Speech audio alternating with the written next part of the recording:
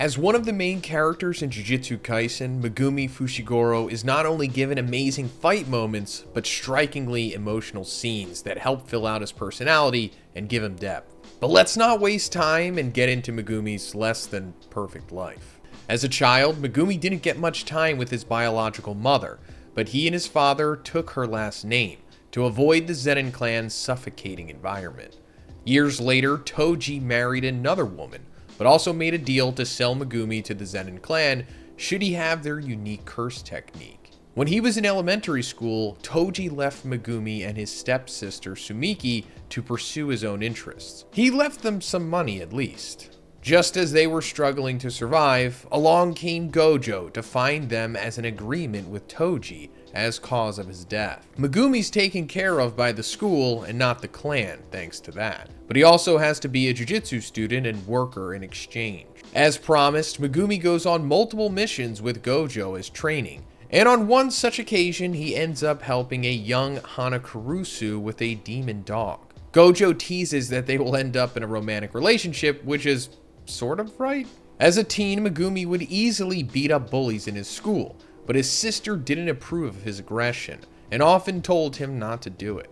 Still, it gave him a reputation at the school and in the area, not unlike Yuji's own. Later on in the first episode of the series, informed of the missing cursed item at Yuji's school, Megumi's sent to find its whereabouts by Gojo, of course. Before he can ask about it, Yuji speeds off, and his friends play a deadly game. With no time to spare, Megumi has to save him and his occult club friends before they're killed. But when the cursed object turns out to attract more enemies than expected, Yuji swallows the finger to protect Megumi. Gojo shows up unfashionably late and agrees to save Yuji when Megumi explains the situation.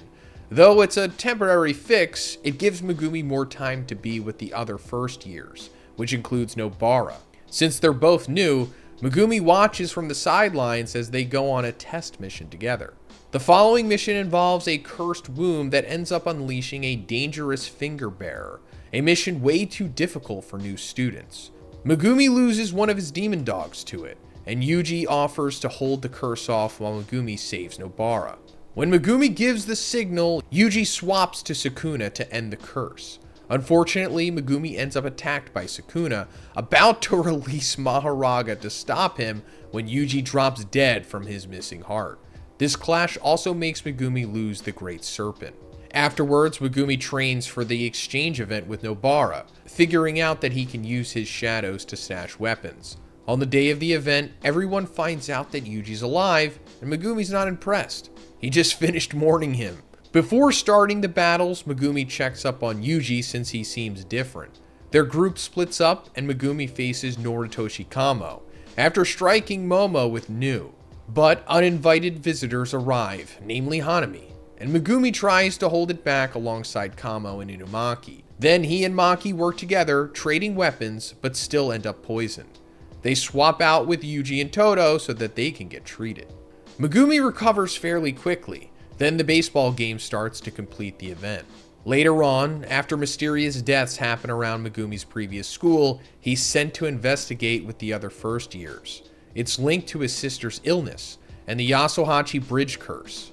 Yuji and Nobara follow him uninvited, and Megumi ends up facing a finger bearer. This time he decides to trigger his incomplete domain expansion, instead of relying on Maharaga's summoning. Completely alone, he defeats the curse and takes the finger, passing out soon after. So at this point, let's take a look at Megumi's skills. With access to the highly coveted 10 Shadows technique, Megumi's blessed, as his name also means, as a Zhoniin clan member. The Shadows are Shikigami that can be summoned, and offer a wide range of skills to use. They're all based on animals, except the highly dangerous, uncontrollable Mahoraga. But his presence is only called forward in very dire situations. He's also one of the youngest people to have a domain expansion, and has been training most of his life due to being taken in by Jujutsu Society in the first grade.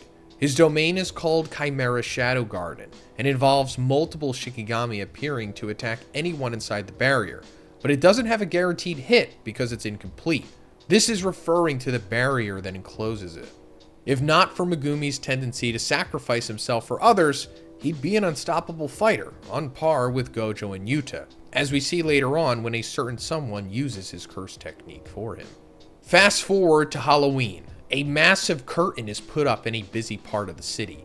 Megumi's put on standby outside of it in Shibuya with Nanami and Takuma, until Yuji informs him that Gojo had been sealed. When curse users attack, he and Yuji go against Awasaka.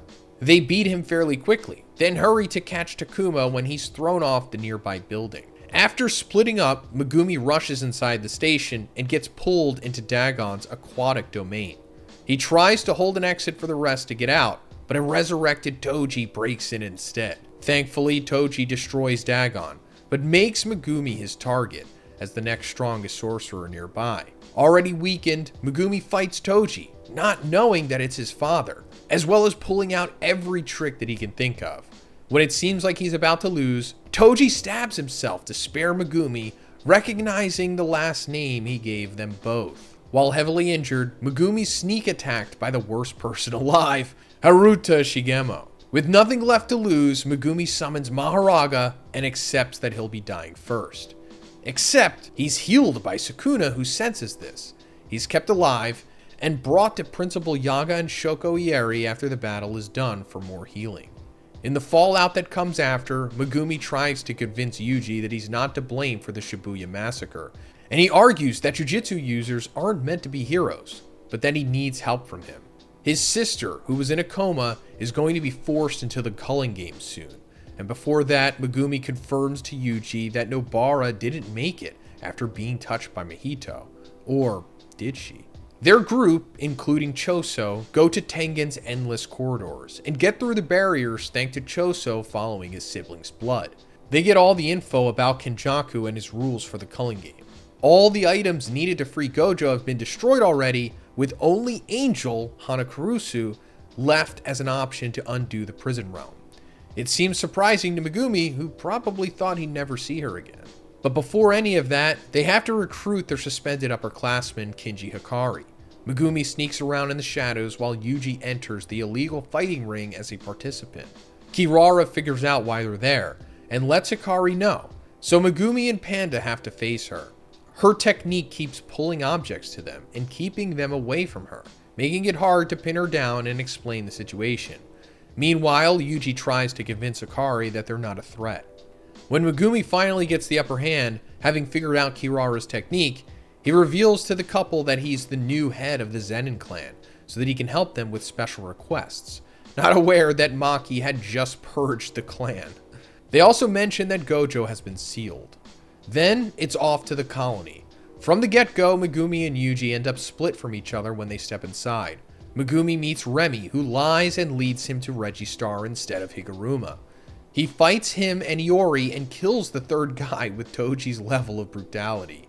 Takaba steps in to help since Megumi's outnumbered and struggling from being attacked with explosive body parts.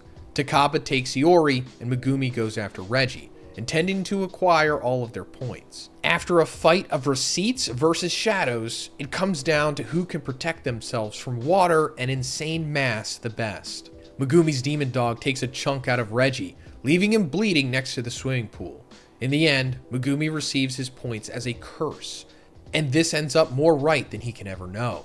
As Megumi staggers out, Angel finds him passed out on the ground and brings him to safety, with Yuji and the rest coming to join. A few days later, foreign soldiers show up, thanks to Kenjaku wanting more cursed energy inside the game, and the sorcerers have to both run away from them and save soldiers from free-range curses. The gang finds out that Tengen was successfully taken by Kenjaku, and finally adds the rule to swap players. That way Megumi can help Sumiki escape the game, but she's revealed to be an incarnated sorcerer named Yorozu instead. Never one to miss an opportunity, Sukuna uses that distraction to take over Yuji's body and force feeds Megumi a finger to take him over. He attacks Hana with Megumi's body, then continues his terror.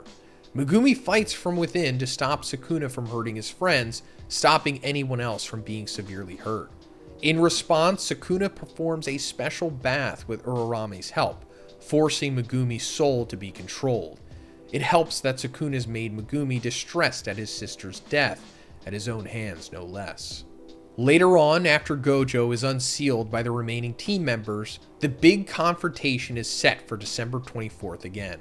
While not only unleashing the 10 Shadows technique and Maharaga, Megumi's soul is forced to take the attacks from Sukuna's fight with Gojo.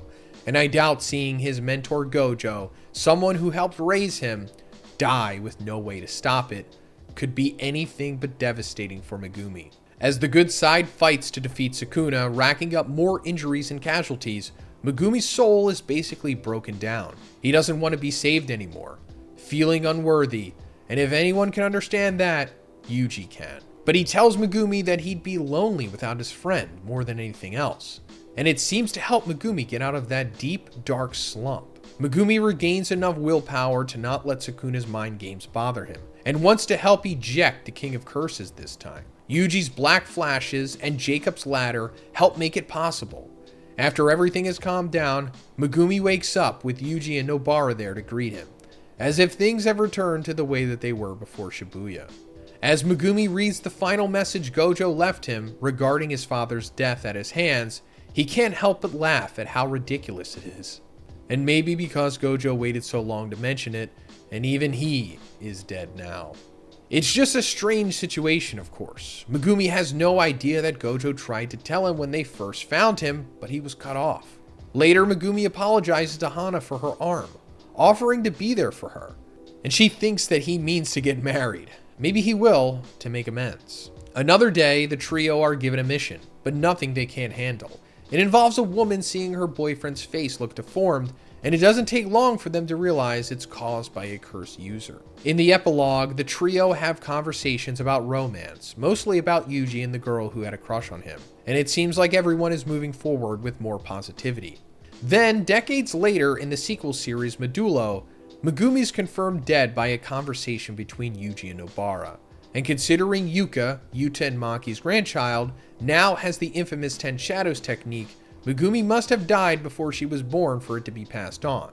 Although it is not confirmed that there cannot be 2 10 Shadows users living at once. There's no hint as to how Megumi died, but we know Hana also passed away, which left Yuji unwilling to attend any more funerals. And that is the full story of Megumi Fushiguro. A character that had a very bright beginning, but unfortunately fell victim to Gege's late-stage writing, in my opinion. He could have been fleshed out a lot more and had a much better ending, as well as entire character arc throughout the series. But that is how it played out for him, unfortunately. Let me know what you thought about this in the comments, guys. And if you want to see more Jujutsu Kaisen content like this, subscribe.